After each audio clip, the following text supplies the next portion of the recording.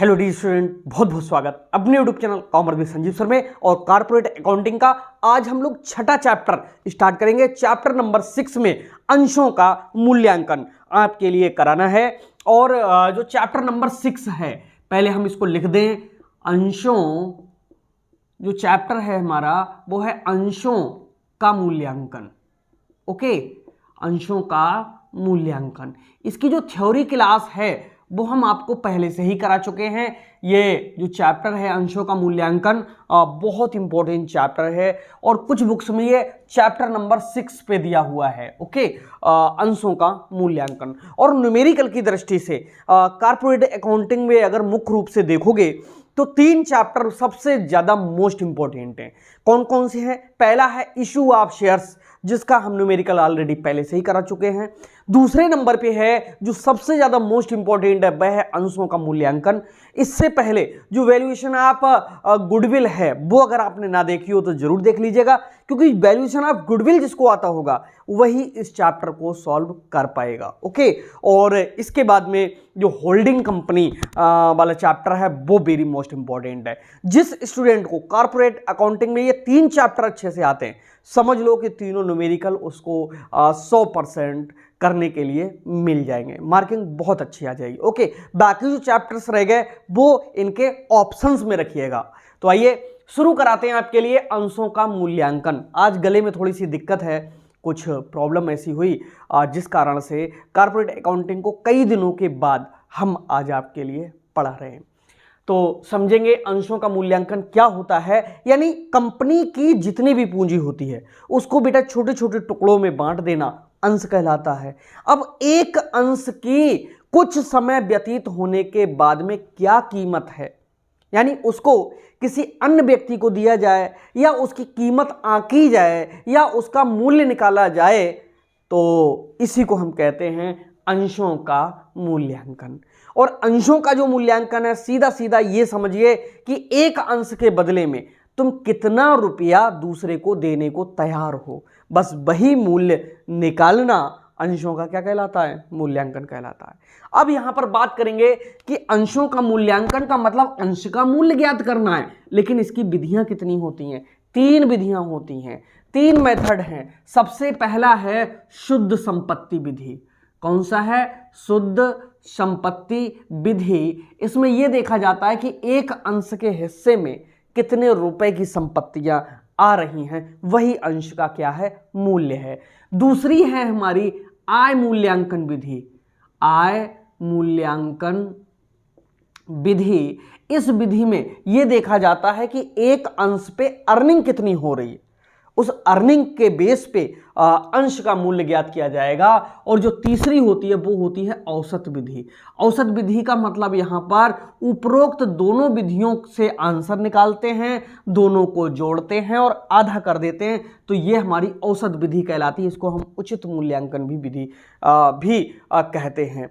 अब सबसे ज्यादा कंफ्यूजन होता है कि यहां पर 3 ही विधियां हैं अंशों के मूल्यांकन की और 3 ही विधियां हैं ख्याति के मूल्यांकन की। तो ख्याति के मूल्यांकन की विधियां और अंशों के मूल्यांकन की विधियां क्या दोनों एक ही हैं या अलग अलग हैं? तो मैं बता दूं, दोनों अलग अलग हैं। अंशों के मूल्यांकन में अंश के वैल्यू ज्ञात की जाती है और ख्याति के मूल्यांकन में किसी भी कंपनी की गुडविल कितनी है वो ज्ञात की जाती है। तो वो निकलती है औसत लाभ विधि के आधार पे। ओके, और जो औसत लाभ होता है उसके बेस पे तो निकालते ही हैं, साथ साथ में जो गुडविल निकलती है पूंजीकरण विधि से निकलती है। पूंजीकरण और औसत लाभ विधि को दोनों को एवरेज को निकालते हैं तो उचित मूल्यांकन विधि से निकलती है। तो वहां पर भी 3 मेथड्स हैं। खैर, हम यहां पर बात करेंगे शुद्ध संपत्ति विधि, आय मूल्यांकन विधि और औसत विधि की। ठीक है, तो यहां अब न्यूमेरिकल हम स्टार्ट करते हैं। जो लोग हमारे पेड क्लास में जुड़े हुए हैं उनके पास में जो न्यूमेरिकल्स हम यहाँ करा रहे हैं उनकी PDF ऑलरेडी पहुंच चुकी है। ये वीडियोस हम YouTube पर जरूर डालेंगे, तो आप लोगों के लिए आप देखिए, पूरा समझ में आएगा। मैं क्वेश्चन पढ़ता जाऊंगा और आप उसको देखते जाओगे। तो हम स्टार्ट करते हैं न्यूमेरिकल फर्स्ट। ठीक है, पहला न्यूमेरिकल हमारा क्या कहता है, और जिसमें लिखा हुआ है कि 31 मार्च 2014 को पॉपुलर लिमिटेड का स्थिति विवरण निम्न स्थिति प्रकट करता है। संपत्ति मूल्यांकन विधि से अंश का मूल्य ज्ञात कीजिए। और एक चिट्ठा बना हुआ होता है, आप अगर देखना चाहोगे तो इस तरह से एक बैलेंस शीट पूरी एग्जाम पेपर में बन के आएगी और इसमें ऊपर लायबिलिटीज होंगी और नीचे क्या होंगी, असेट्स होंगी, और नोट्स टू अकाउंट भी दिया हुआ होगा जिसको पूरा ध्यान में रखना होता है। इसी के बेस पे हमको क्या करना है, पूरा यहाँ पर शुद्ध संपत्ति को कैलकुलेट करना होता है। तो सबसे पहले हम लिखेंगे कैलकुलेशन ऑफ नेट असेट्स। ठीक, ये हमको करना है, तभी हम अंश का मूल्य निकाल पाएंगे। ठीक है, और इससे भी ऊपर लिख देते valuation of shares by assets valuation method, यानी संपत्ति मूल्यांकन विधि से हम अंशों का मूल्य ज्ञात कर रहे हैं। इसमें क्या करोगे, सबसे पहले लिखेंगे हम लोग क्या, असेट्स को लिखेंगे, संपत्तियों के लिए लिखेंगे, और संपत्तियों का वो मूल्य लिखेंगे जो नया मूल्य है। चिट्ठी के नीचे अगर कोई सूचना दी हुई है सबसे पहले हम उसको लिखेंगे। तो इसमें लिखा हुआ है 31 मार्च 2014 को स्थायी संपत्तियों का मूल्यांकन 1,88,700 पर किया गया, यानी जो फिक्स्ड असेट्स हैं इसमें लिखेंगे फिक्स्ड असेट्स। आप बहुत अच्छे से समझ में आएगा, 1,88,700 रुपए पर किया गया, तो हम भी लिख देंगे 1,88,700। ठीक है, देनदारों में 4200 रुपए के अशोध ऋण हैं, यानी जो देनदार हैं उनमें 4,200 रुपए अब नहीं मिलेंगे। तो भाई जाहिर सी बात है, तुरंत लिखो ढूंढ के क्या, डेटर्स, और जो डेटर्स हैं वो चिट्ठे के अंदर हैं 46,200 के। जो 46,200 के हैं वो कह रहा है इसमें से 4200 नहीं मिलेंगे, तो नहीं मिलेंगे तो उन्हें घटा देंगे हम, 46,200 में से 4200 घटा देंगे, तो बचेगा कितना, 42,000 ही बचेगा भाई, क्योंकि 46,200 में से 4,200 घटाएंगे तो 42,000 हमारा बच जाएगा। ओके, आगे कह रहा है ख्याति का मूल्य 84,000 रुपये लिया गया, 84,000, यानी जो गुडविल है, गुडविल वो ली गई है कितनी, 84,000। ठीक है, आप यहाँ पर 84,000 लिख लीजिएगा। ओके, और इनको लिखने के बाद में जो ट्रेड रिसीवेबल्स लिखे हुए हैं चिट्ठे के अंदर वो है 98,700 के। तो हम क्या करेंगे, यहाँ पर ट्रेड रिसीवेबल्स लिखे हुए हैं तो हम भी लिख देंगे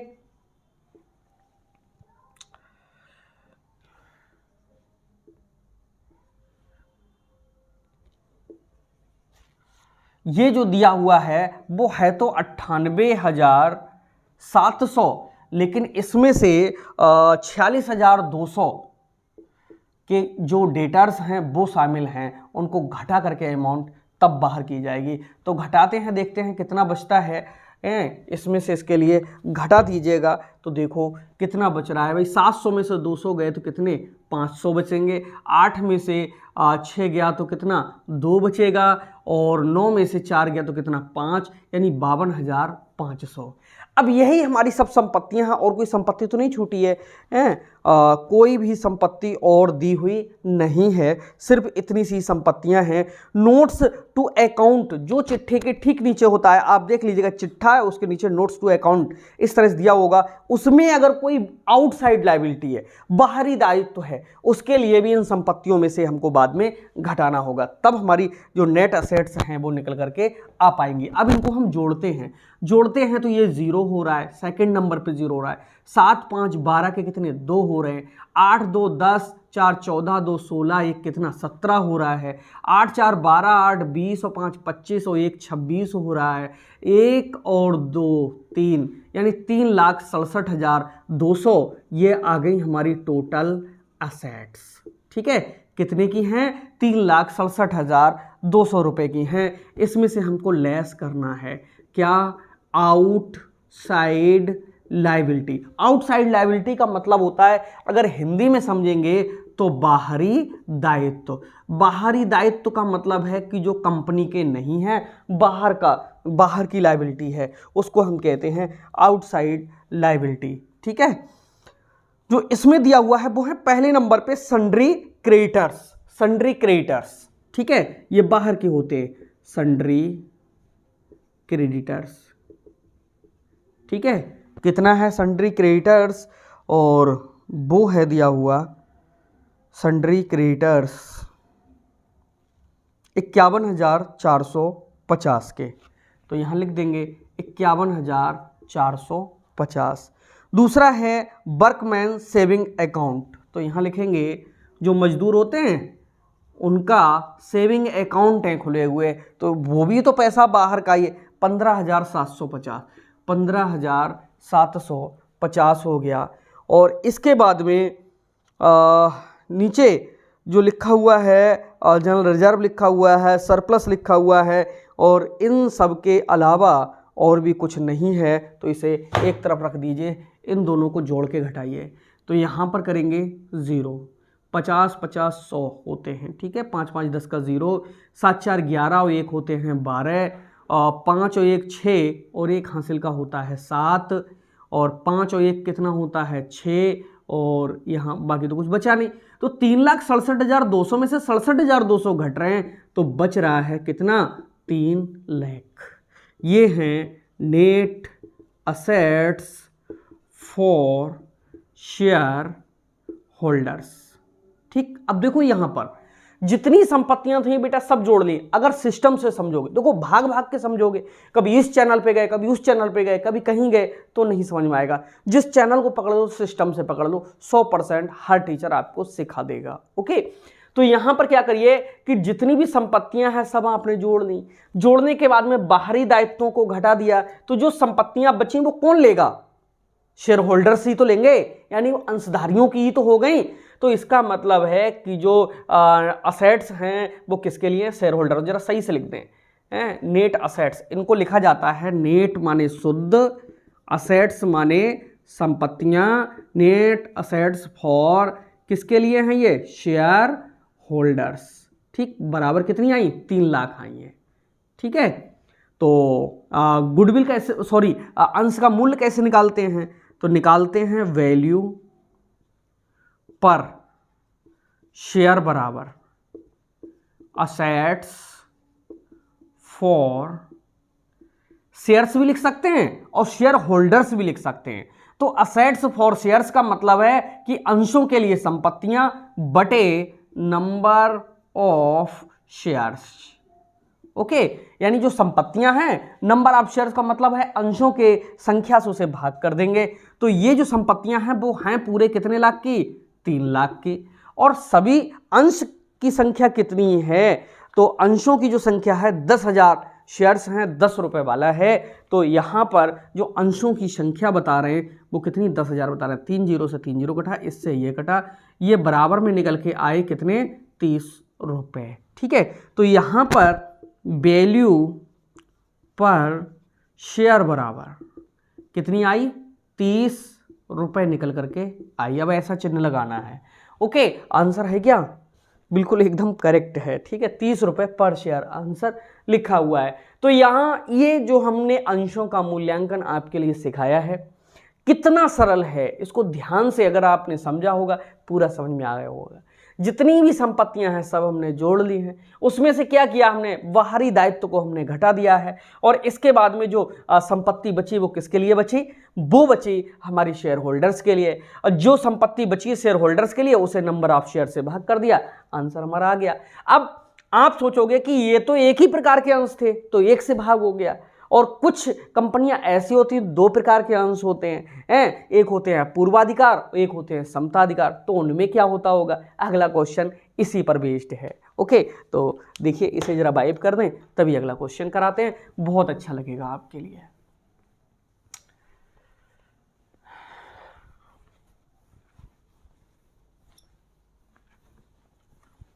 चलिए सेकंड नंबर का क्वेश्चन हम लोग देखते हैं, ठीक है।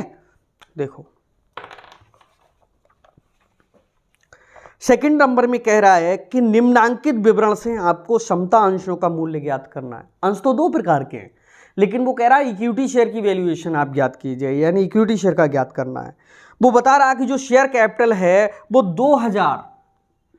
2006% प्रीफरेंस शेयर हैं 100 वाले, ठीक, बहुत सही। 30,000 इक्विटी, ये है संपत्ति, वो पूंजी कितनी, 2 लाख की।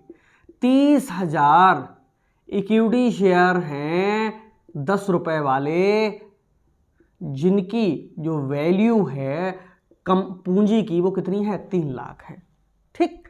वो इनकी पूछ रहा है, नीचे वालों की, कोई दिक्कत नहीं है, करिए, सॉल्व करना सीखिए।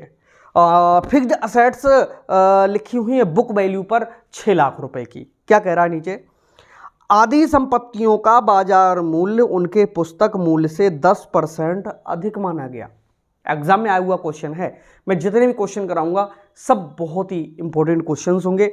आदि संपत्तियों का बाजार मूल्य उनके पुस्तक मूल्य से 10% अधिक माना गया, तो क्या करोगे, यहां लिखोगे कैलकुलेशन ऑफ नेट असेट्स कर रहे हैं हम, जिसमें लिखेंगे सबसे पहले क्या, असेट्स, ठीक है।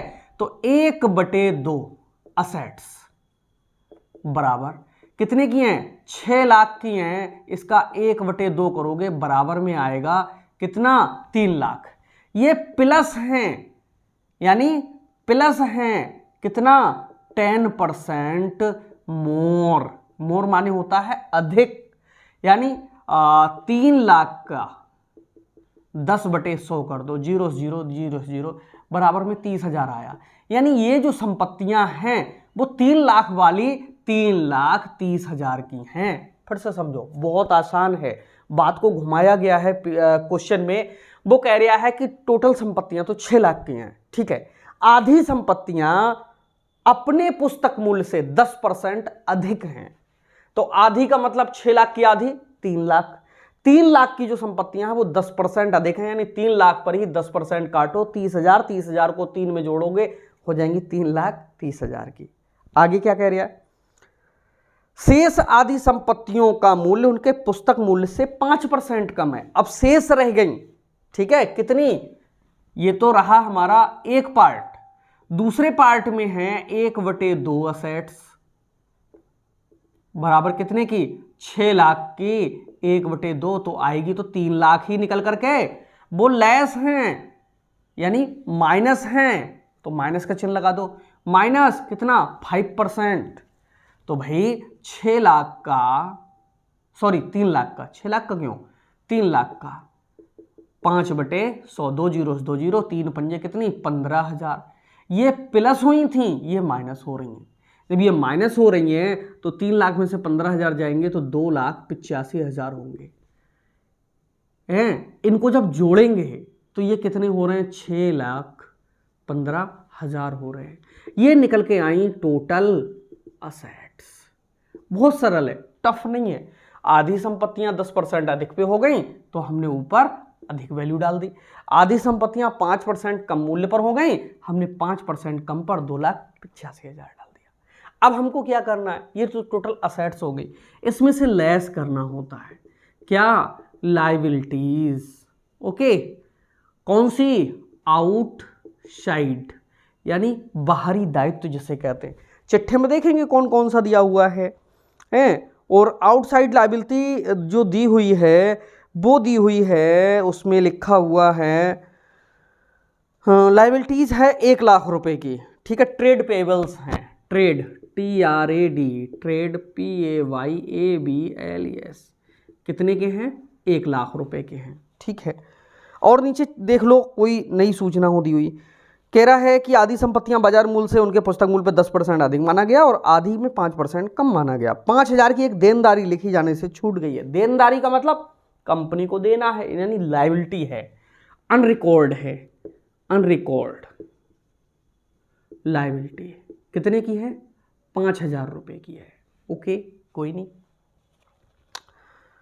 अच्छा, ये मान लीजिए पूर्वाधिकार अंशों को लाभांश तथा पूंजी के पुनर्भुगतान की कोई प्राथमिकता नहीं है। यानी हम जो 2 प्रकार के अंश हैं, प्रीफरेंस और इक्विटी, इनमें से प्रीफरेंस को भी कोई एक्स्ट्रा बेनिफिट नहीं मिल रहा है, तो हमको क्या करना होगा, पहले यहां से निपटते हैं। ये 1 लाख ये, 5,000 ये हो गया 1,05,000। 6,15 में से 1 5 जाएगा तो 5 लाख कितना 10,000। ठीक, ये आ गई किसके लिए, असेट्स फॉर शेयर होल्डर्स। ठीक, ये आ गई। अब बेटा यहां पर थोड़ा सा ये देखना होगा कि जब किसी को प्रायोरिटी ही ना हो, जब किसी को प्राथमिकता ही ना हो तो क्या किया जाता है। तो ये किया जाता है कि एक तरफ है प्रीफरेंस और एक तरफ है इक्विटी। प्रीफरेंस की कैपिटल है 2 लाख, अनुपात निकाल लो, इक्विटी की है कितनी 3 लाख, तो 3 0 से 3 0, 2 0 से 2 0, यानी इनका आया 2:3, और 2 3 को जोड़ोगे तो कितने हो जाएंगे 5, यानी जो 5 लाख। अब देखो हमको तो समता मूल्य, समता का ही ज्ञात करना है, इक्विटी का ज्ञात करना है, तो यहां पर निकाल लेंगे ऐसे, असेट्स फॉर इक्विटी बराबर टोटल असेट्स कितनी है 5,10,000 है, ये दोनों की है और दोनों का योग कितना है 5, यानी अनुपात निकाल रहे हैं, गुणे इक्विटी का हिस्सा कितना है 3 के बराबर है, गुणे 3 कर दो, 5 से काटो, 5 एकम 5, 0 लगेगा। ठीक, 5 दूनी 10, 1,02,000 की 3 से गुणा करेंगे तो ये हो जाएगा 3,06,000। ये किसके लिए आ गई, ये असेट्स फॉर इक्विटी के लिए आ गई। कमेंट्स में बताना ये बात समझ में आई या नहीं आई। और आगे कल भी ये क्लास इसी तरह की चलेगी और अगले के जो क्वेश्चंस हैं वो कराए जाएंगे।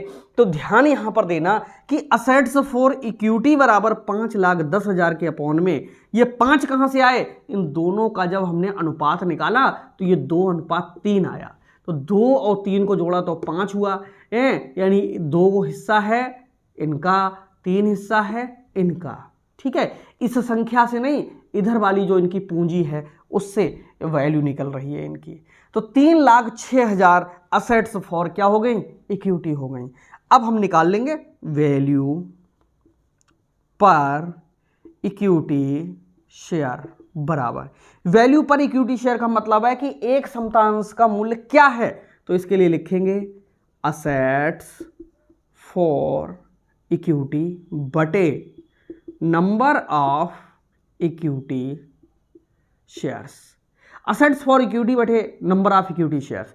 तो असेट्स फॉर इक्विटी कितनी है 3,06,000, यानी समतांशधारियों को मिलने वाली संपत्तियां हैं वो हैं 3,06,000, और नंबर ऑफ इक्विटी शेयर्स कितने हैं ये आपको पेपर में ही देखने के लिए मिल जाएंगे, संख्या उनकी 100% दी हुई होगी। जैसे इसमें दी हुई है 30,000 इक्विटी शेयर्स, ये हैं ऑलरेडी यहाँ पर भी दिए हुए हैं, तो 30,000 से इसको क्या कर देंगे डिवाइड कर देंगे। करो भाई, 3 0 से तो 3 0 कट गए, यहाँ से ये गया पॉइंट, 3 से काटेंगे, 3 एकम 3, 0 आ गया, 3 दूना 6, ओके पॉइंट लगा हुआ है यहाँ पर लगा देंगे, यानी 10 रुपये 20 पैसे। आंसर है क्या, एकदम करेक्ट आंसर है। तो वैल्यू पर इक्विटी शेयर्स बराबर 10 रुपये 20 पैसे, यही इसका क्या है आंसर है। तो ये आज पहला क्लास था, कई दिनों के बाद में ये लगा किसी कारणवश। ओके, तो अब आगे जो आपका क्लास है वो प्रॉपर अब चली पड़ा है, होता रहेगा, और मिलते हैं हम नेक्स्ट क्लास में।